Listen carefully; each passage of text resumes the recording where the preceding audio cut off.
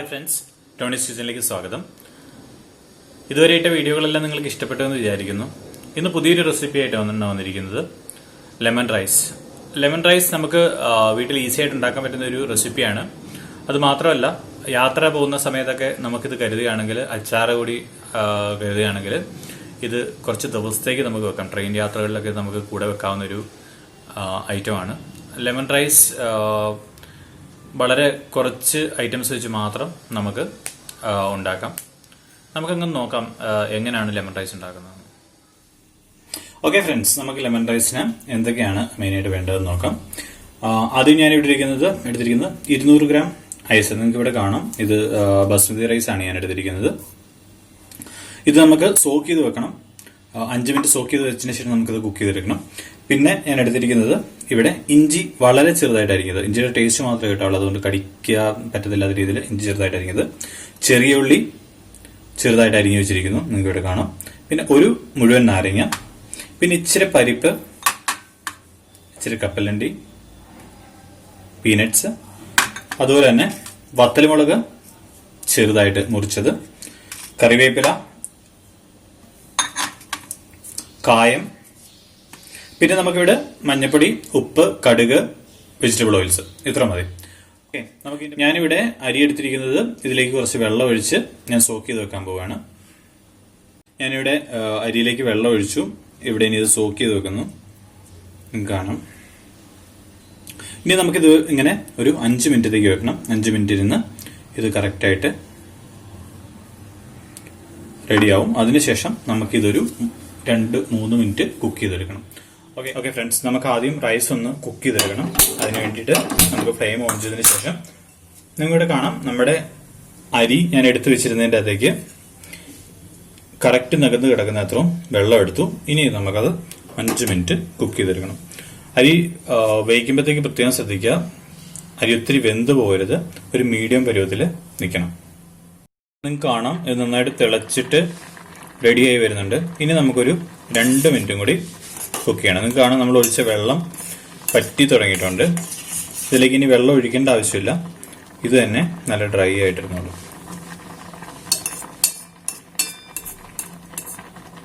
നിങ്ങൾക്ക് ചോറായ ഒരു പരുവം കാണാം. ഇത് ചെറുതായിട്ട് വെള്ളം കൂടി പറ്റി കഴിയുമ്പോഴത്തേക്ക് കറക്റ്റ് പരുവത്തിൽ നമുക്ക് ഈ റൈസ് റെഡിയായി കിട്ടും. നമുക്കിപ്പോൾ കാണാം, കറക്റ്റ് കുക്ക്ഡായിട്ട് റെഡി ആയിട്ടുണ്ട്. റൈസ് നിങ്ങൾക്ക് കാണാം ഇവിടെ ഒരു ആയ പരുവം. വളരെ അൺസ്റ്റിക്കി ആയിട്ട്, സ്റ്റിക്കി അല്ലാതുള്ള ഒരു റൈസ് കിട്ടണമെങ്കിൽ നമുക്കിവിടെ ഉണ്ടാക്കുന്നതിന് മുമ്പ് തന്നെ ഒരു 1/2 സ്പൂൺ ഓയിലും ഒഴിച്ച് കുക്ക് ചെയ്യുകയാണെങ്കിൽ കുറച്ചുകൂടെ അൺസ്റ്റിക്കി ആയിട്ട് കിട്ടും. ഇവിടെ നമുക്ക് അത്ര സ്റ്റിക്കി അല്ല, റൈസ് നല്ല റൈസാണ്, അതുകൊണ്ട് ഞാൻ ഇങ്ങനെ തന്നെ എടുക്കുന്നു. ഞാനിത് ഇനി തീ ഓഫ് ചെയ്തിട്ട് അടച്ചു വെക്കാം. ബാക്കി നമുക്ക് കുക്കിംഗ് പ്രോസസ്സ് നോക്കാം. നമുക്കിനി ലെമൺ റൈസിന്റെ ലാസ്റ്റ് സ്റ്റേജിലേക്ക് പോകാം. നമുക്ക് മസാലകൾ റെഡിയാക്കാം. ഗ്യാസ് ഓൺ ചെയ്തതിന് ശേഷം ഞാനിവിടെ കടായി വെച്ച് കൊടുക്കുന്നു. നമുക്കിവിടെ എണ്ണ വെജിറ്റബിൾ ഓയിൽ എടുക്കാം, അല്ലെങ്കിൽ മസ്റ്റാർഡ് ഓയിൽ വേണമെങ്കിലും എടുക്കാം. ഞാനിവിടെ മസ്റ്റാർഡ് ഓയിൽ തന്നെയാണ് ഉപയോഗിക്കുന്നത്. ഇത് ഞാൻ എണ്ണ ഒഴിച്ചു. ഇനി നമുക്ക് ഇത് നന്നായിട്ട് ചൂടായിക്കോട്ടെ. ഓക്കെ, ഇവിടെ എണ്ണ ചൂടായിട്ടുണ്ട്. ആദ്യം ഞാൻ ഈ പീനട്ട് ഒന്ന് നന്നായിട്ട് വറുത്തെടുക്കുകയാണ്, അല്ലെങ്കിൽ മറ്റതിൻ്റെ കൂടെ എല്ലാം കൂടെ ഒന്നിച്ചിട്ട് കഴിഞ്ഞാൽ കരിഞ്ഞു പോകാനുള്ള ചാൻസ് ഉണ്ട്. നമുക്കൊന്ന് പീനട്ട് ജസ്റ്റ് ഒന്ന് കളർ മാറ്റിയെടുക്കാം. ഓക്കെ, അത് റെഡി ആയിട്ടുണ്ട്. ഞാനത് കോരി മാറ്റി ബൗളിലേക്ക് തന്നെ ചേർക്കാൻ പോകണം. പിന്നെ പീനട്ട് ബൗളിലേക്ക് മാറ്റി എടുത്തു വെക്കുന്നു. അതിനുശേഷം നമുക്ക് ഇതിലേക്ക് നമുക്ക് വേണ്ട സാധനങ്ങളെല്ലാം തന്നെ ഇട്ട് കൊടുക്കാമെന്ന് വെച്ച് ഇനി ഞാൻ ഇതിലേക്ക് ആദ്യം കടുക് ഇട്ട് കൊടുക്കുന്നു. കടുക് ഇട്ടതിന് ശേഷം നമ്മുടെ കായം കുറച്ച് ഇതിലേക്ക് ആഡ് ചെയ്ത് കൊടുക്കുന്നു. കായിട്ടില്ലെങ്കിൽ ഒരു ടേസ്റ്റ് വരില്ല. കായ ഇട്ട് കൊടുത്തതിന് ശേഷം ഇനി ഞാനിതിലേക്ക് ഇഞ്ചി, ചെറുതായിട്ട് അരിഞ്ഞ് വെച്ച ഇഞ്ചി അതിലേക്ക് ചേർത്ത് കൊടുക്കുന്നു.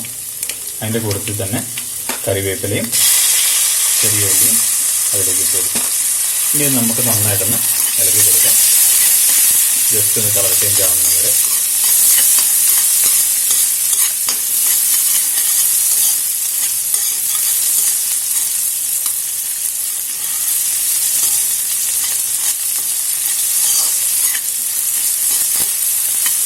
നമ്മുടെ ഉള്ളിയുടെ കളറ് ചെറുതായിട്ട് മാറി ഒരു ബ്രൗണിഷ് ആവാൻ തുടങ്ങുന്നത് വരെ നമുക്ക് ഇട്ട് കൊടുക്കാം. ഉള്ളി റെഡി ആയി കഴിഞ്ഞു. ഞാനതിലേക്ക് നമ്മളെടുത്ത് വെച്ചിരുന്ന പരിപ്പിട്ട് കൊടുത്തു, വത്തലമുളക് ഇട്ട് കൊടുത്തു. പിന്നെ ഞാനതിലേക്ക് നിങ്ങൾക്ക് കാണാം ഈ സ്പൂണിന് ചെറിയ 1.5 സ്പൂൺ ഉപ്പിട്ട് കൊടുത്തു. ഇനി നമുക്ക് നന്നായിട്ടൊന്ന് ഇളക്കി കൊടുക്കാം. നമ്മൾ മുളക് ആദ്യം ഇടാത്തത്, മുളക് ആദ്യം ഇട്ട് കഴിഞ്ഞാൽ പെട്ടെന്ന് മുളക് കരിഞ്ഞു പോകും. അതുകൊണ്ടാണ് ഇപ്പോൾ ഇടുകയാണെങ്കിൽ അത് കറക്റ്റ് പരുവത്തിൽ കിട്ടും നമുക്ക്.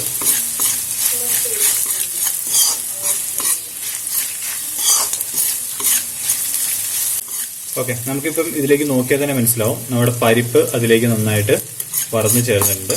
ഇനി ഞാനിതിലേക്ക് മഞ്ഞൾപ്പൊടി 1/2 സ്പൂൺ ഇട്ട് കൊടുക്കുന്നു. കുറച്ചുകൂടി ഇട്ട് കൊടുക്കും. അതിനുശേഷം ഇത് നന്നായിട്ട് ഇളക്കി കൊടുക്കുക. ഇളക്കി കൊടുത്തതിന് ശേഷം നമ്മൾ ഓൾറെഡി റെഡിയാക്കി വെച്ച റൈസ് കറക്റ്റായിട്ട് റെഡിയായിട്ട് ഇരിപ്പുണ്ട്. ഞാനിതിലേക്ക് ഇവിടെ നിങ്ങളിപ്പോൾ നോക്കിയാൽ കാണാം റൈസ് കറക്റ്റ് ഇതിലാണ് നമുക്ക് കിട്ടിയിരിക്കുന്നത്. ഇതാദ്യം നമ്മൾ നന്നായിട്ട് മിക്സ് ചെയ്ത് ചേർക്കുന്നു. ഒരു യെല്ലോയിഷ് കളറാണ് വരേണ്ടത്. നമുക്കിവിടെ യെല്ലോ കളറായിട്ട് വന്നിട്ടുണ്ട് കറക്റ്റായിട്ട്. അത് എല്ലായിടത്തും ഇളക്കി ചേർത്ത് കൊടുക്കണം. നമ്മുടെ മഞ്ഞപ്പൊടിയും മസാലകളും എല്ലായിടത്തും എത്തണം. എന്നാലേ ലെമൺ റൈസ് കറക്റ്റ് ആവുകയുള്ളൂ. അല്ലെങ്കിൽ ലെമൺ റൈസിൽ ചെറിയ സ്ഥലങ്ങളിൽ ഉപ്പ്, ചെറിയ സ്ഥലങ്ങളിൽ മഞ്ഞൾപ്പൊടിയുടെ ടേസ്റ്റ് അങ്ങനെ ആയിപ്പോൾ നന്നായിട്ട് മിക്സ് ചെയ്ത് കൊടുക്കുക. ഓക്കെ, ഇപ്പം നമ്മുടെ ലെമൺ റൈസ് നോക്കിയാൽ കാണാം അതിൻ്റെ കറക്റ്റ് കളർ കോമ്പിനേഷനിൽ എത്തിയിട്ടുണ്ട്. ഇനി ഞാൻ ഇതിലേക്ക് വെച്ചിരിക്കുന്ന നാരങ്ങയിൽ നിന്ന് ജ്യൂസ് മിക്സ് ചെയ്ത് കൊടുക്കുന്നു.